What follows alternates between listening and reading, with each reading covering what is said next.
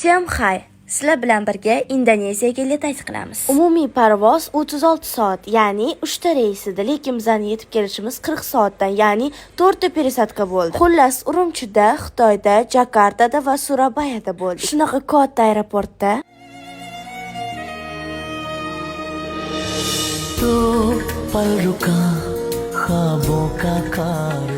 Hindcha nigohlar paydo bo'ldi. Bu yoqda esa biz Xitoyni bema'ni narsalardan tatib ko'rdik. Chunki pulimizni qayoqqa ishlatishni bilmasdik, lekin shu narsasi menga